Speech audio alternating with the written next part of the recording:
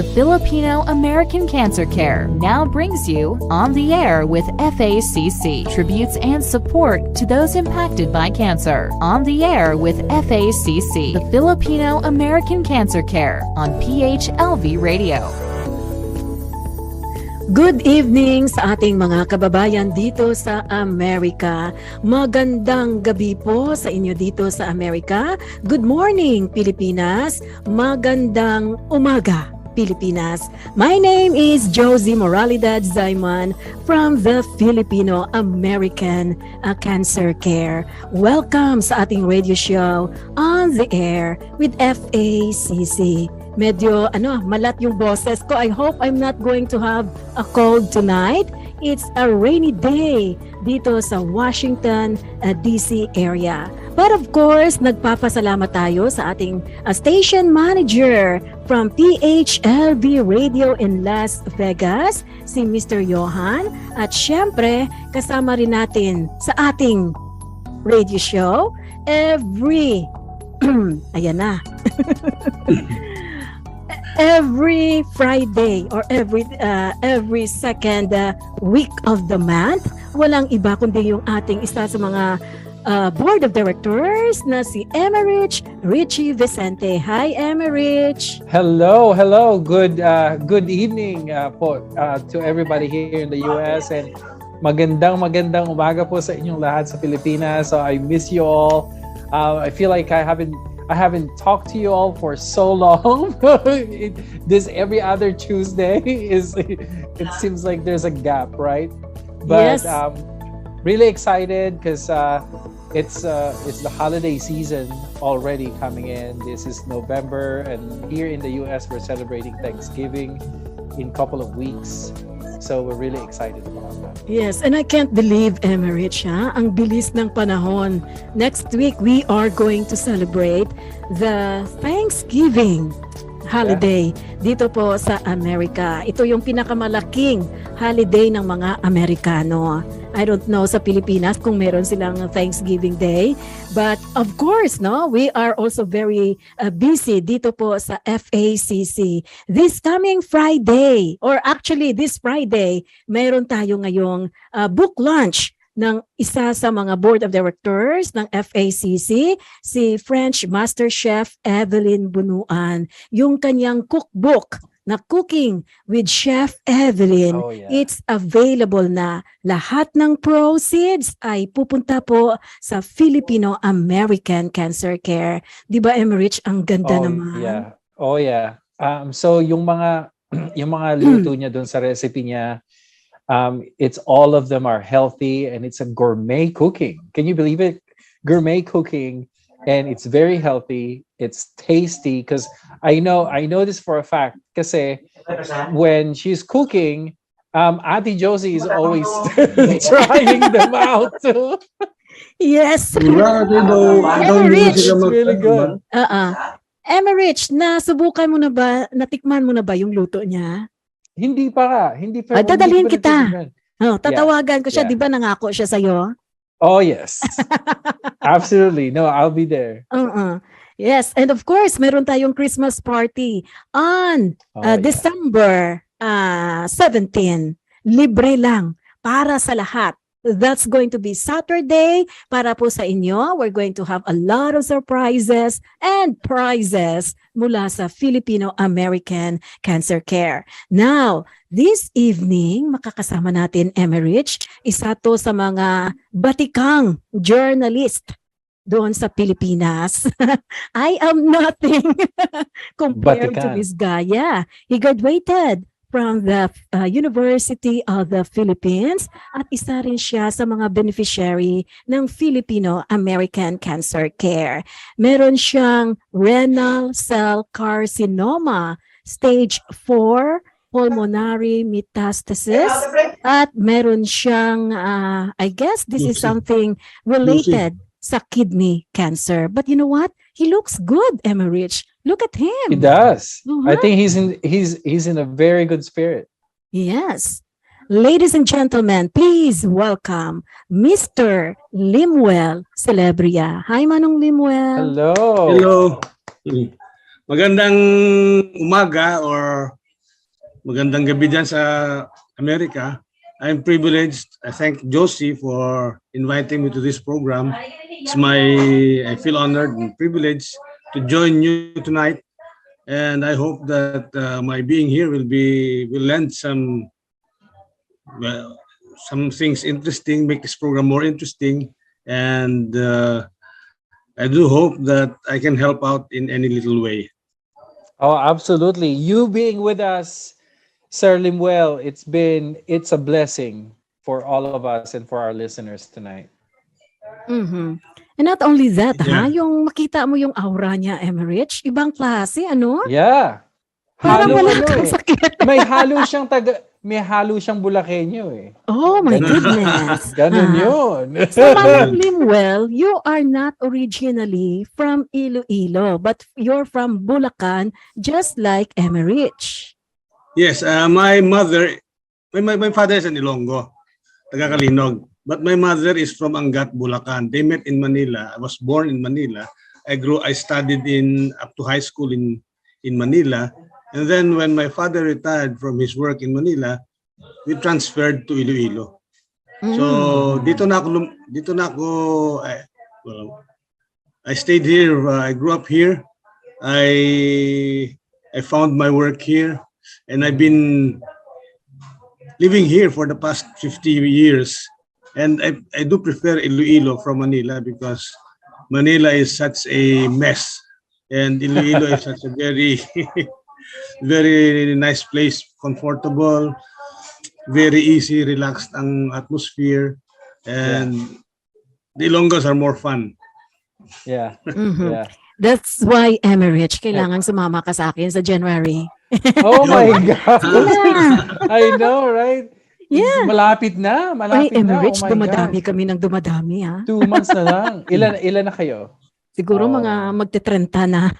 Oh, wow. Oh, yes. Wow. Di ba, Manong Limuel, yung pinakamasarap na pagkain sa Iloilo, ano? Di ba, mga seafoods? Seafood, very fresh. Yung sa Manila, wala eh.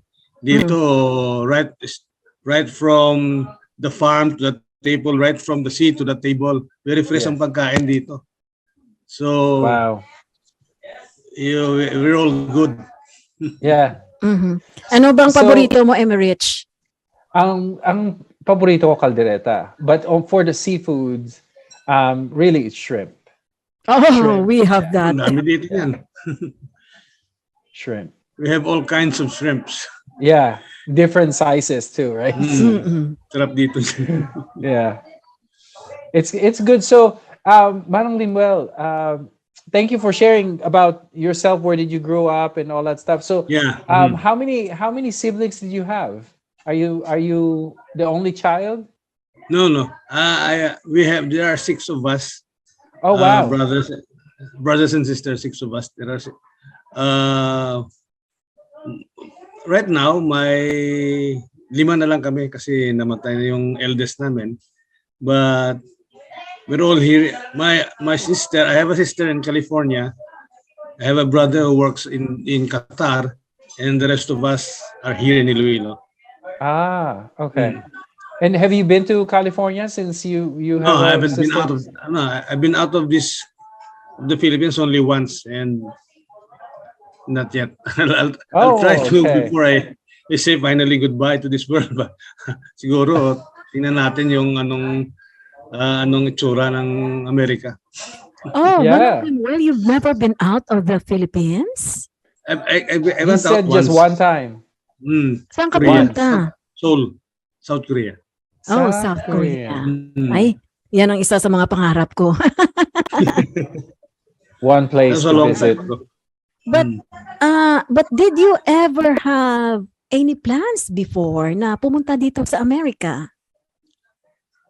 Wala. Medyo kan ako eh. What do you call it? I didn't really try to go to America. I live my life going with the flow. Kung anong opportunity, that's what the life gives me. Doon ako. So I want to go to America. If the chance comes, I'll take it. When was the last time you seen your sister? You said yung sister niyo na dito sa California? Yeah, he's been there for more than 10 years already. Ah, okay. Mhm. Now, going back to you, your life story, how about you? How many, do you have any family? You have kids? Yeah, I have 3 children.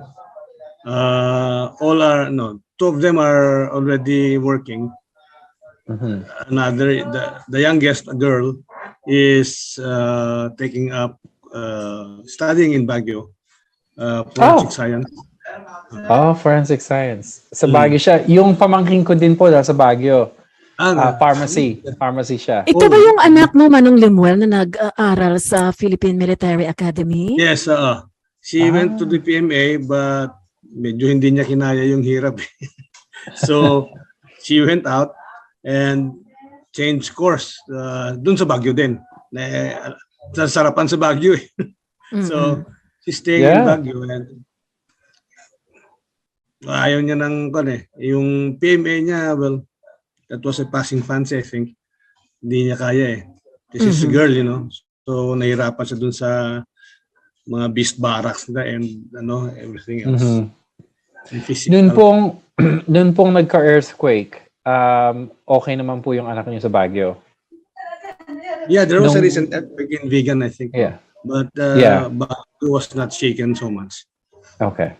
Mhm. Very good. Now, Manong Limuel, I have a follow-up question, Emerich. Ito yung parating tinatanong sa mga journalist. Sabi ko nga, every time I deliver a speech, I always tell everybody that if you wanna be rich, don't be a journalist. Correct. Pero si Manong Limuel, imagine mo, graduate ka ng University of the Philippines and then you decided to become a journalist.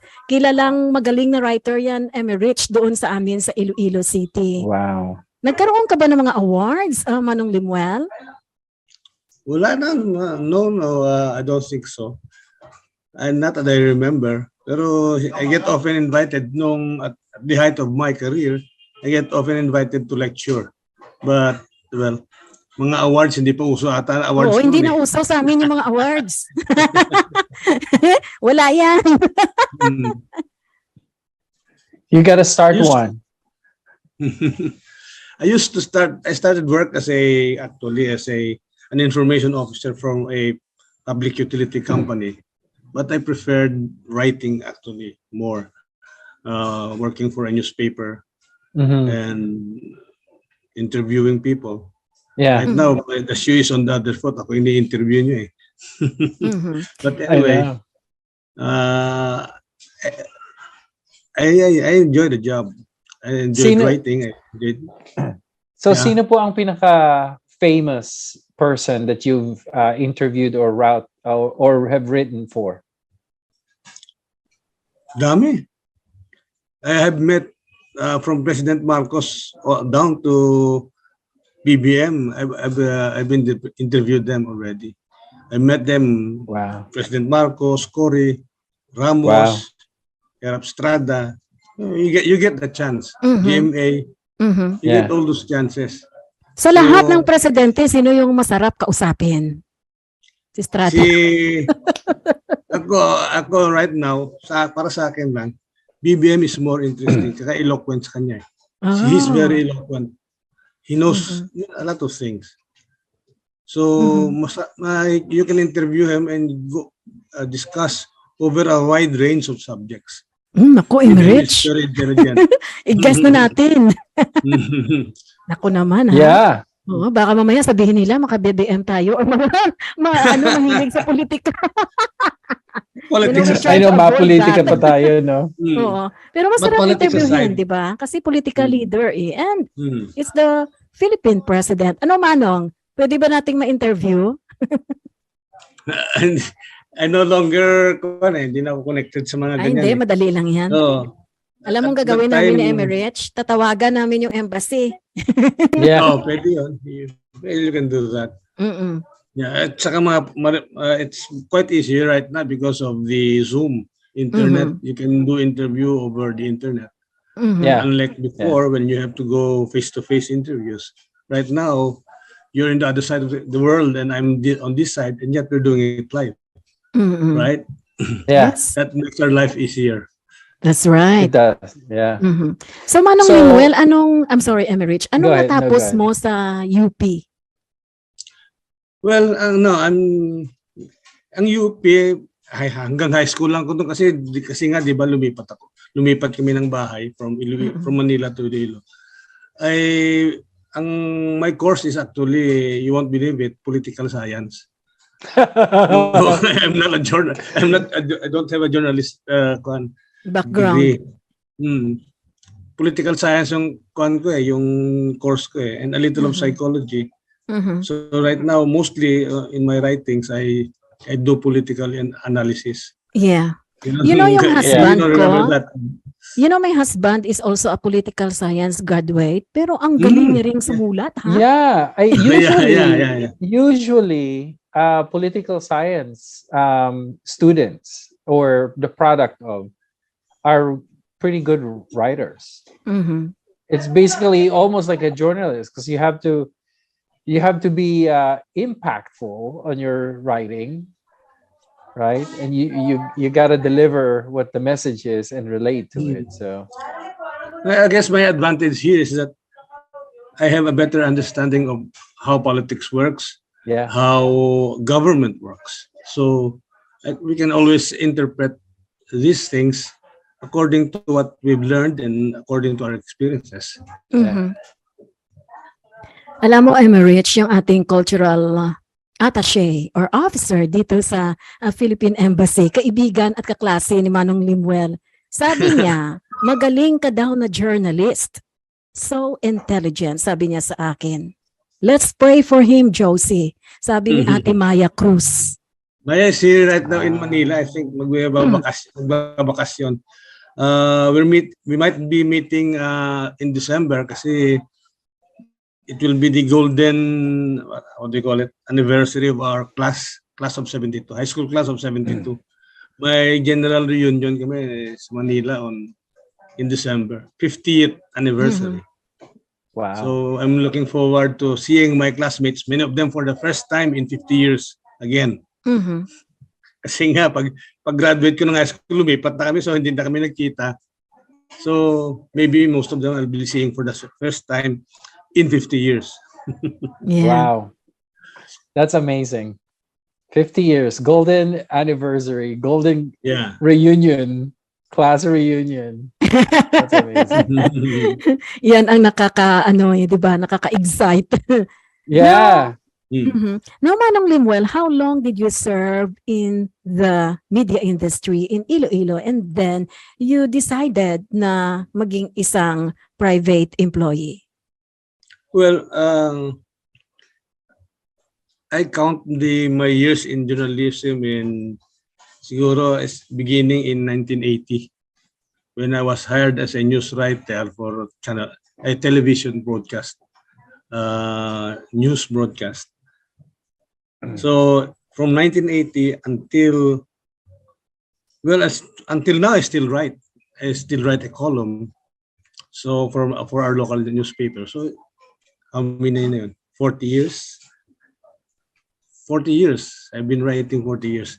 I became the chief of staff of our friend Councilor Estante in 2017 when he asked my help. Medyo retired na ako from editing newspaper. I got tired editing because being a editor of a newspaper is like working 24 hours a day, 7 days a week. So That's right. it's a very tiring thing. And you're not even well compensated. Yeah, that's another thing. Alam mo, yun ang problema sa trabaho ng pagiging Yeah. journalist na yan. Kaya nga Yeah. pumalis ng Pilipinas. Talagang it's more of a passion, di ba? Yeah. Tsaka prinsipyo mo sa buhay. Napaka-glamorous ng trabaho ng isang journalist. Pero kahit dito sa Amerika, Manong Limuel, most journalists are not even paid well. Yeah. Well, that's sad. Yeah. That is sad. Yeah. Yeah. Manong Limuel, have you written any book? Well, that's one of the things that I really want to do before I before the sun sets on my life. But Yeah. well, I haven't. Because it sounds, the reason why I ask is because it sounds like, based on your experiences, you have Mhm. so much to talk about, Yeah, so many stories to so tell. many stories to tell, and I think what's stopping you? I guess that's the question. right. Uh, I think I should ask myself that too. Yeah. uh, but mostly because I think it's because my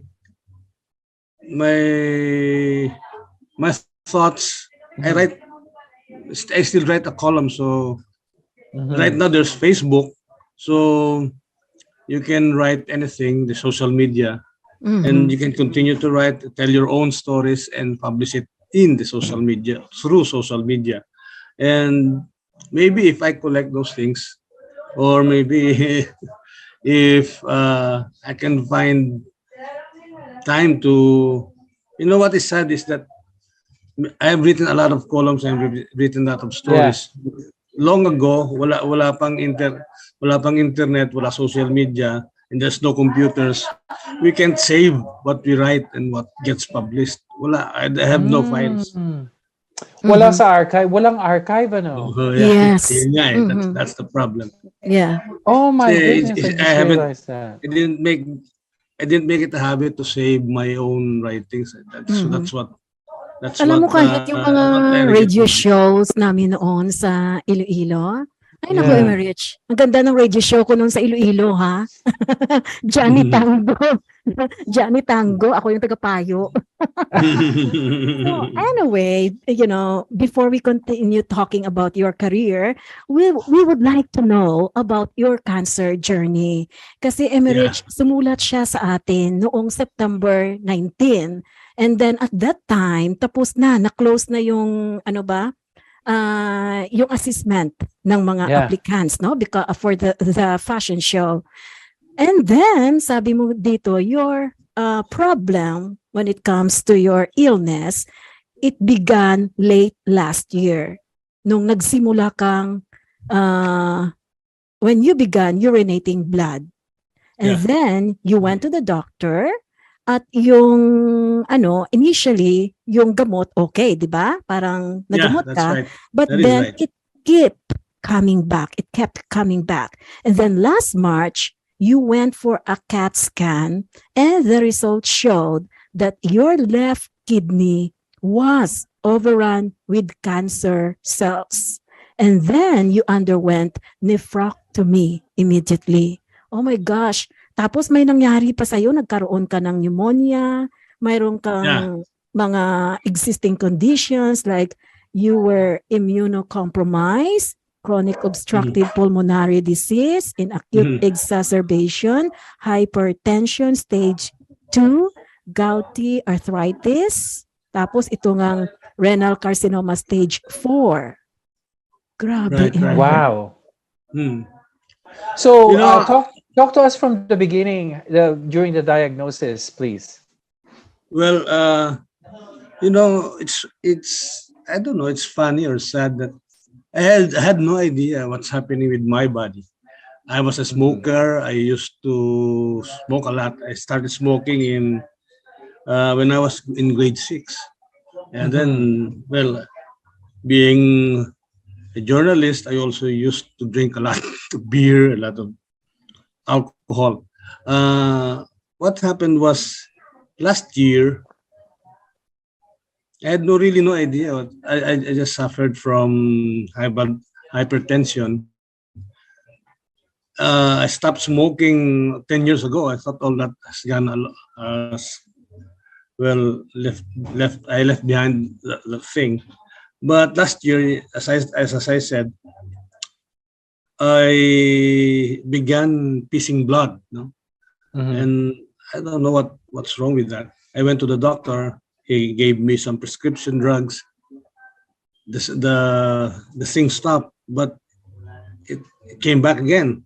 So I had a more extensive tests, and well, after the the CT scan, it showed that my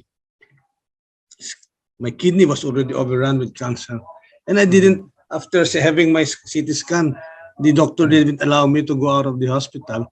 Yeah, let's operate immediately because Wow. it's fully overrun. So yun, they just removed my left kidney. Mhm. After that, the biopsy showed I had cancer. There's a the kidney was removed, but there's a sliver or a 2 centimeter node that was left in my liver. So Wow. I thought nothing about it. So it might have it might go away because the original cancer from my kidney is gone. But in September, I think August before that, I coughed out blood in August, and then siguro mga September, my lungs were I don't know how do you describe it, but when was admitted at the hospital, they found out that my lungs were already, I had pneumonia, I had all those other things.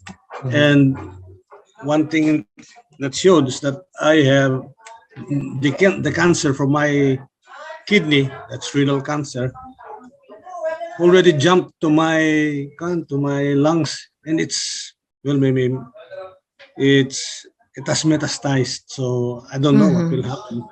I'm just Kumalat living na. right now. Kumalat na, metastasize na siya. And when metastasis sets in, medyo yun eh.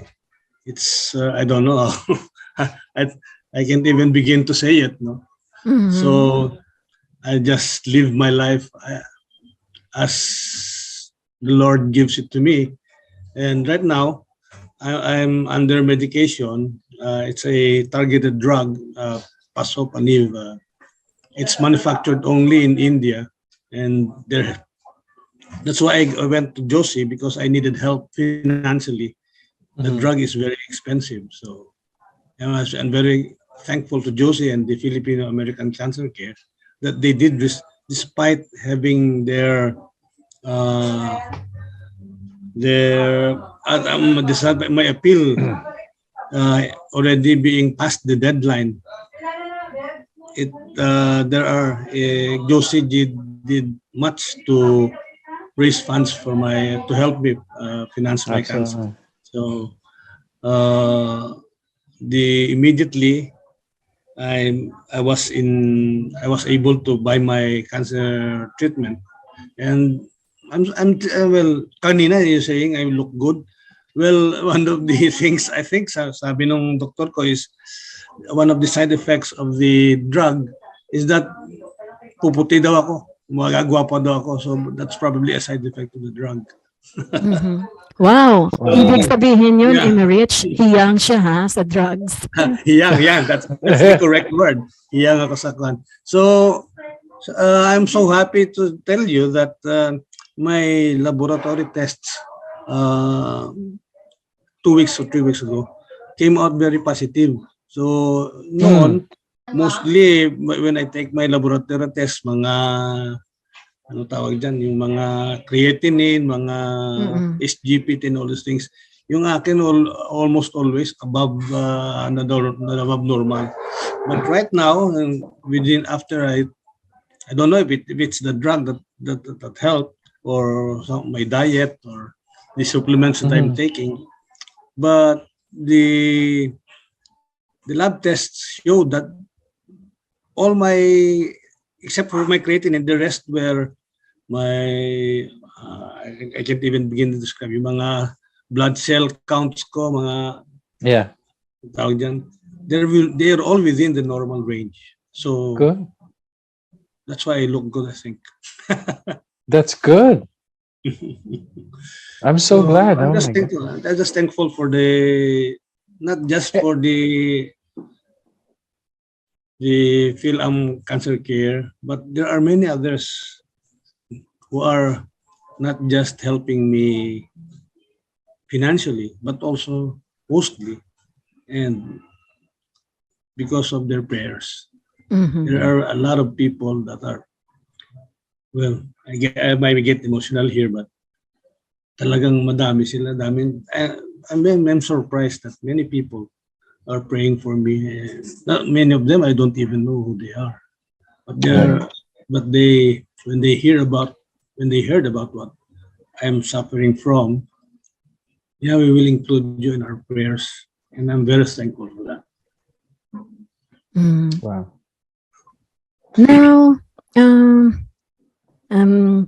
Manong Lemuel, what was it like for you, na?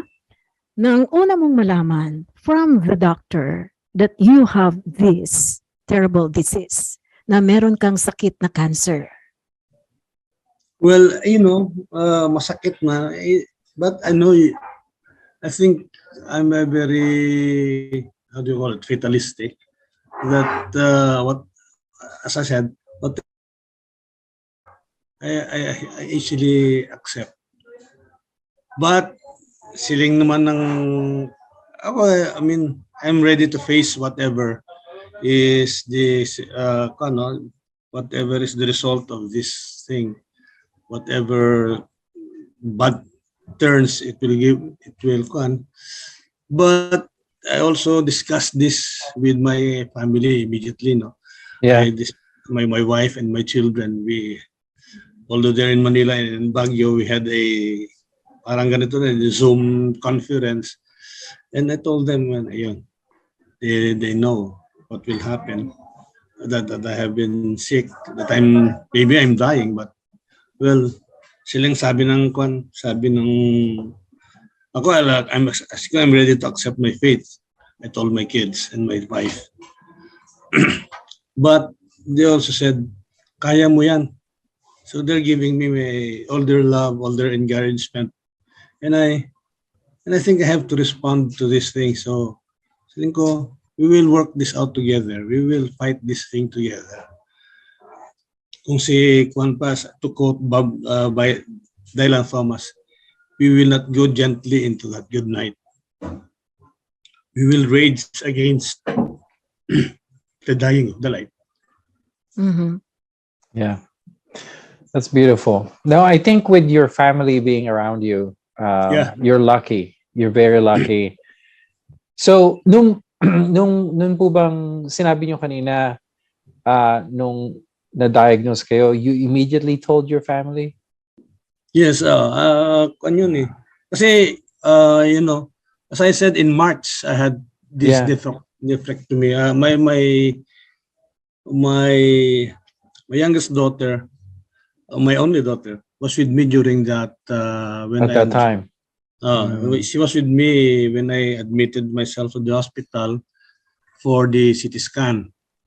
And it was in fact she who talked to the doctor about the result of my scans, and she only relayed it to me. And she said, matapang yung anak ko eh. Yeah. Tay, wala ka na. Kunin mo na yung kidney mo, pakuha na natin yan. So, we go. So you still have one kid. You still have one kidney. I only have one kidney left. Yeah. So, okay, so far it's functioning. Medyo mataas lang nga yung creatinine ko. Saka mataas din yung blood pressure ko. It's because of there's only one kidney working left. But then, yun nga, we had time to assimilate internally all these things because from March yung yung time of reckoning ko ng cancer ko eh, until finally it was discovered na I thought we went over the hump, but it was in September yun na lumabas na nga yung mga the other findings that there's pulmonary metastasis. So we had time to assimilate all these things and to really consider as a family how to respond to it. Yeah. And we will fight it inch by inch. Yeah. Oh, no, absolutely. That's a good thing. Mhm. And you can tell, Emerich, that ano talaga siya, matapang. Kahit na pag nagsalita siya ngayon, talagang hindi mo kalain na yung tao mayroong Yeah. stage 4 na kidney cancer. You know, Manong Limuel, I would like to tell you, and I am going to introduce you. You remember, Emerich, we interviewed Father Jesse Pagdungon from Aklan. Yeah. Yeah. Yes, Yeah. at saka meron siyang kidney cancer. You know Yeah. what? When you Okay. talk about faith, doon talaga, humingi din po siya ng tulong sa amin. Ngayon po ay cancer-free na siya. Oh, Diyan that's sa good. That's good to Aklan, hear. sa Pilipinas. And I would like That's good to to hear. introduce you to him. Kasi mas Sige. maganda yung Sige, meron sige. ka ring support group from Oh, other right, cancer correct. survivors. Tama yun. Yeah. Yeah. Yeah. Mhm. And he's a Exactly. very good father, Mhm. and he can pray for you too. Now, my next question is this. Was there a time na na-depress ka nung malaman mo na meron kang cancer? Well, I won't be human if I tell you that I just take it for granted. But there are times really that these things will hit you in Yeah. your lowest moments. You will ask yourself, is this it? No. What else is there for us? Sometimes you have to, in your weakest moment, you think, bahala na. Let's give up. Ayoko nang lumabas ng bahay. I'll just stay at home. But it's the only thing I think is that such an attitude or such a mindset only makes it worse. It only makes it worse. So kailangan you have to really go on living. Yeah. Not only for yourself, but also for the people who love you and who care for you. So if you let this disease defeat you, wala na. Even the other people around you will have no more reason to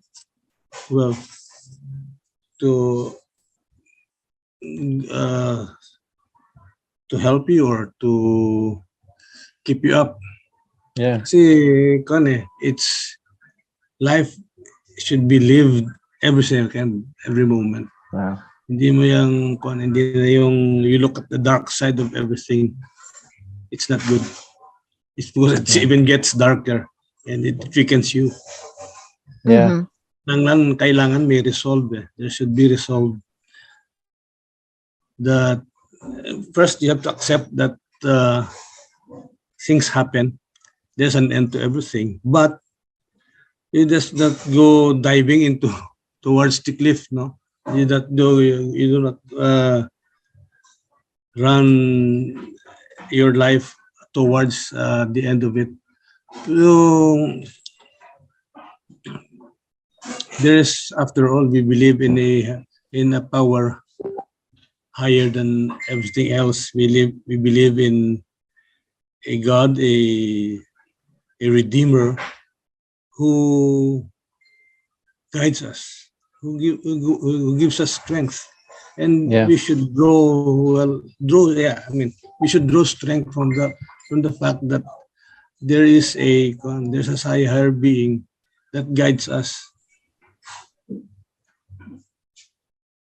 If we believe in a savior, there is no reason for us to feel down or to give up from living this life as best we could. Yeah. Go ahead, Emerich. No, that's really nice. I was just gonna ask you, Manong Limuel, if you would share a life lesson from your cancer journey, what would that be? Well, I think the lesson here is don't give up. Yeah. Don't give up. Every moment of life is worth fighting for. Yeah. Not only for yourself, but for people who love you. There are many instances when ako, people who have heard of my struggle will call me a friend. For example, a friend from the old I haven't seen for many years. When he read about my cancer, he called me up. Are, sabi niya, kumusta ka? Don't give up. He told me that. Don't Yeah. give up. Yes, he told me, my wife has a cancer too, but for several years already. So, but they continue to fight for it. Yeah. As a couple, they continue to fight for it. And he gave me a lot of encouragement. He even sent me money and said, "Yeah, we're praying for you." In America, like the Phil Cancer Care, I received messages from my inbox that they're praying for me. People who I don't even know are praying for me. So that is a good thing. You know, it it's it, it makes me realize that God is working. Is working on my life, and if God is working for you, you should be not only thankful or grateful, but you should also be doing your part to, sabi nga nila, nasa Diyos ang awa, nasa tao ang gawa. Ang gawa. Right? No? Ikaw ba, Manong Limuel, mula noon, talagang malapit na sa Diyos o talagang very religious ka na klase ng tao? I don't call myself very religious. No, kasi I don't know, iba yung sabi mo araw-araw nagsisimba, nag-rosaryo. Yeah. I came from a unique religious background, no, kasi yung nanay ko taga Bulacan nga kung yan tawag na din, yung saradong Katoliko. Is very devout Catholic. Linggo-linggo nagsisimba kami. Yung tatay ko is a Baptist. So dalawa, I have two sides, a Protestant and a Catholic. So, for my background, no. So naalala ko nung maliit pa ako nung grade in my elementary years. On Sunday, I will accompany my mother and my auntie to the Catholic Church. Nagsisimba kami alas 7 na umaga. O alas 6 pa nga yata kung minsan. Alas 7. Pagkatapos ng misa, uwi kami kakain ng breakfast. Pagkatapos, punta na kami ng Protestant naman, Sunday school. All in one, ganoon. So, kung sa Protestant naman, yun may mga Sunday school, may Bible school, they make you want to memorize Bible passages. So, yun ang kinalakihan ko. And at that time, kung maalala nyo, before it was banned, religion is taught in the elementary and high school. Yeah. There is until it was banned by Department of Ed. And I remember noon sabi nila, if you don't go to church, you're going to hell. And I remember I have a card that the priest has to sign every Sunday going to church. They have to put their initials on the card. The mass card. There you go. That's what they call it, mass card. Oh yes, I remember that.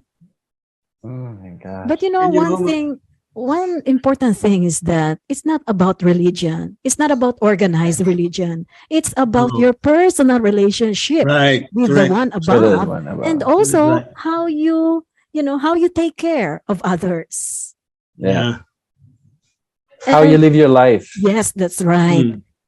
Now, Manong Limuel, again, my next question is this. Nakita ko kanina si Councilor Really? Estante. Kausapin natin mamaya. Now, anyway, yung tanong ko naman sa'yo, kasi alam mo, Emerich, how he Ah. handles his cancer diagnosis at this point in time, and nakita mo yung aura niya, na para bang napakatapang niya. Sa palagay niyo po, yung background niyo as a journalist, as a political writer, isa sa mga factors kung bakit kayo matapang din sa paglaban sa cancer. Well, I don't know how it relates, no? Pero as a journalist, di ba, we've seen a lot of things. We've met a lot of people, mga anong klaseng problema, anong klaseng sitwasyon nila sa buhay o sitwasyon ng ating community in general. And sometimes ako, I'm not just being a journalist but also an advocate ng anti-corruption or environment. We also tend to do whatever we can to help people, to alleviate whatever circumstances they suffer from. And you know, sandali pare. Yun ba Ayan yung counselor namin. Si Councilor. Councilor Estante. Hello po. Yeah, si Bendo Estante. Ano? Kilala mo pa ko. Ano? Guwapa ka, no? Hindi, naka-filter. May session pa kami. May session. Makadto ka sa birthday ko, ha? Busy siya, may session is going. Can you imagine, council Emerich, session. yung mga journalist nagiging politician sa Pilipinas? Yeah. It's because we try to change things. Yung journalism natin is medyo may advocacy tayo kasi we try to change our circumstances to improve the lives of our fellow Ilonggos and fellow citizens. So ganon. That's it. Yung how we face things as they are, di ba? Kung maybe we try to change things, but first we have to change them. We have to face them. We have to accept that things are what they are. And if we can change, then that's good. Yung I think it's the Francis of Assisi said, help me to accept, I forgot The things that I cannot change. Yeah, the wisdom to know the difference. Yeah. So, ganon. Okay, go ahead. I have been, kasi na to, it's there Kung mawala man siya, we'll be very grateful. Yeah. But, first we have to realize na it's here. It's with me. So ano pa ba? We just rely on first maybe we rely on the medicine to help us through, but finally we can only rely on the Lord to give us strength to face up to all these things. Mang Limuel, you can share this video on our Facebook page anytime and everywhere. So your family members, your family loved ones, your friends that's been supporting you spiritually, emotionally, mentally, financially, you can send a message right now. What's the message that you want to tell them, especially your family? Well, I can only express my gratitude. I'm deeply thankful sa lahat, to everybody who've been helping me, who've been praying for me, and who've been praying with me to be strong, to face up to this illness, and encouraging me to treat this as not just a as a setback, but Mhm. as a challenge that and a reminder that life is precious, that we should go on living not just for ourselves but for others. Mhm. Mhm. I think that's the best. Yeah. And Very well. how are you living your life differently now? Wala alaman I mean ako I would like to think that I live my life as conscientiously as possible. I'm open to others. I've been helping a lot. I've been available. I make myself available to people who need help or who need anything from me, whom I can help. And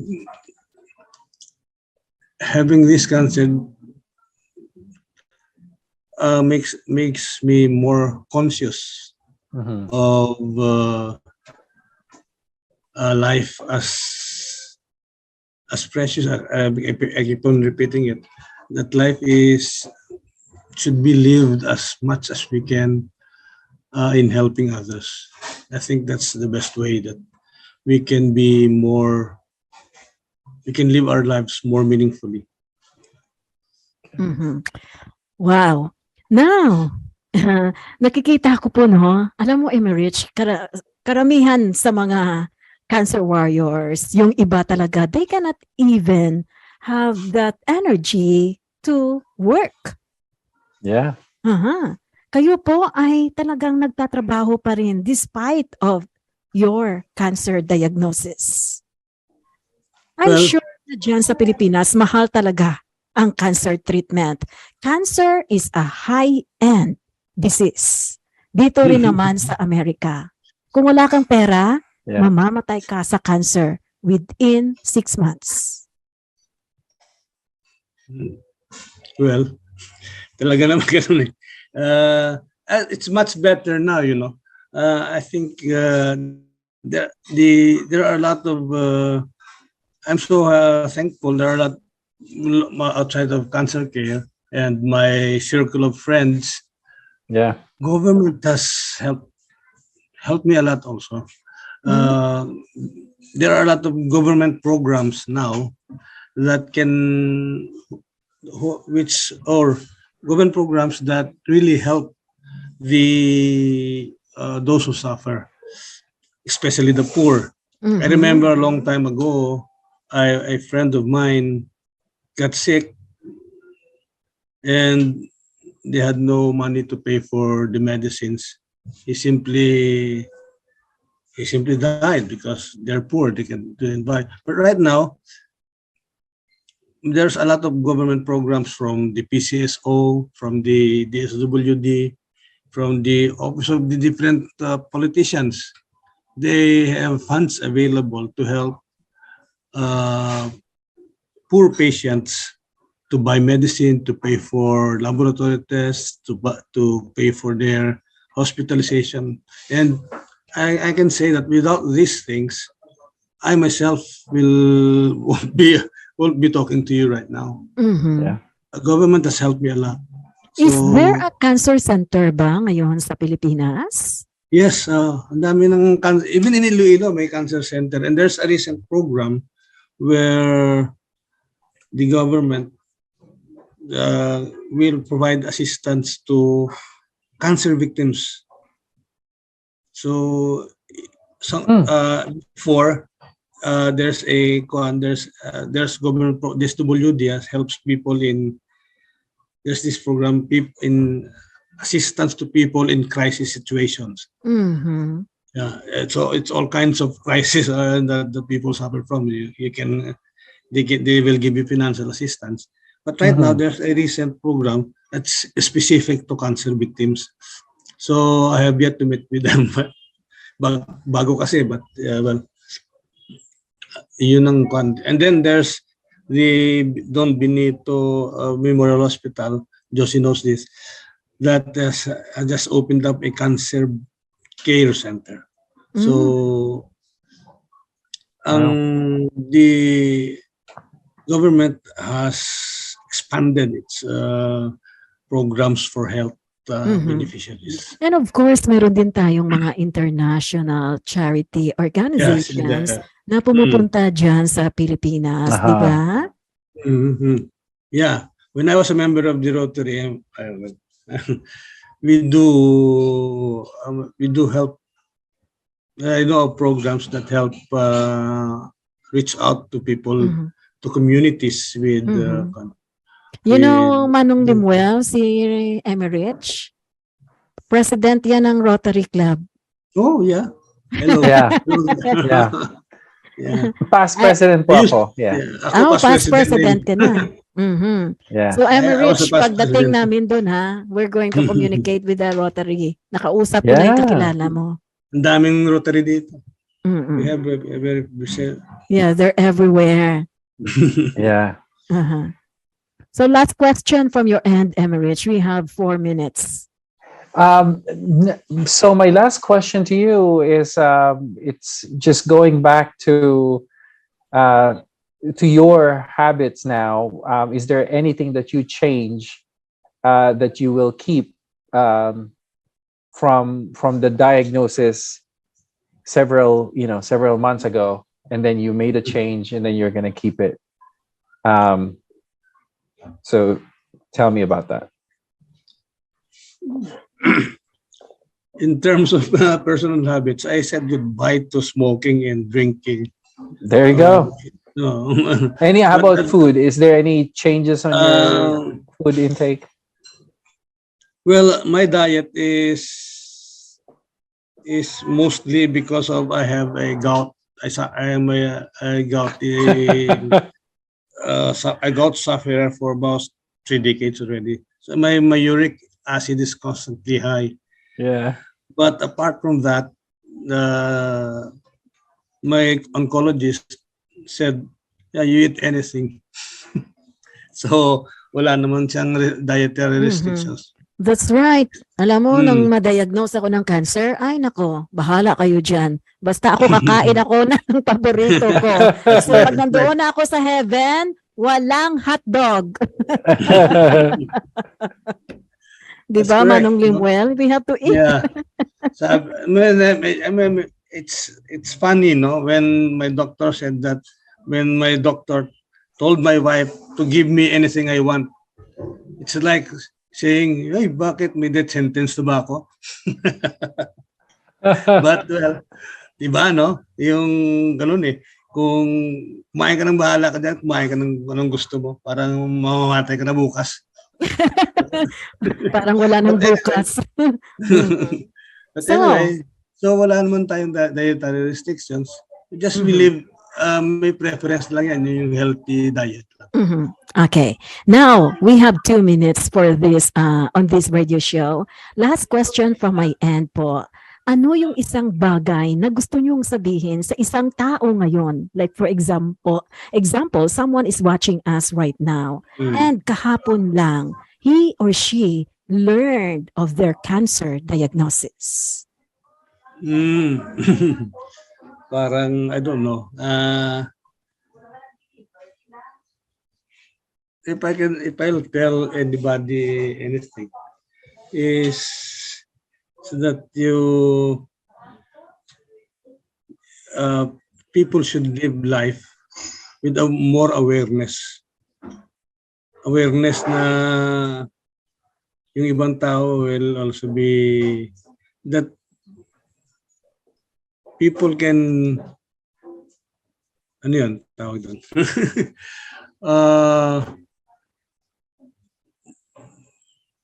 more awareness of their relationship with each other. Kasi people should be more open to each other. And more considerate of each other. Yeah, specifically that they should be aware that people are also having their own problems, living their own lives. If we are all constantly aware of that, we can begin to live life more more at ease or more ang tawag dyan, more friendly or more helpful to each other na walang an end to Walang inggitan. ayan. Correct. Walang, I mean, ano ba tawag sa life worth living na kon. Life Wala with a kang- purpose. Yeah. So anyway, thank you so much, Manong Limuel. And, we really appreciate your time and your story na na-share niyo po dito sa Filipino American Cancer Care. We have 30 seconds and then we're gonna say bye to everyone. Lastly po. Well, thank you, Josie, and Rich. Nice to meet you. I wish I could be more eloquent about communicating to other people how I feel, how we should live our lives. But I think the message of this is simple.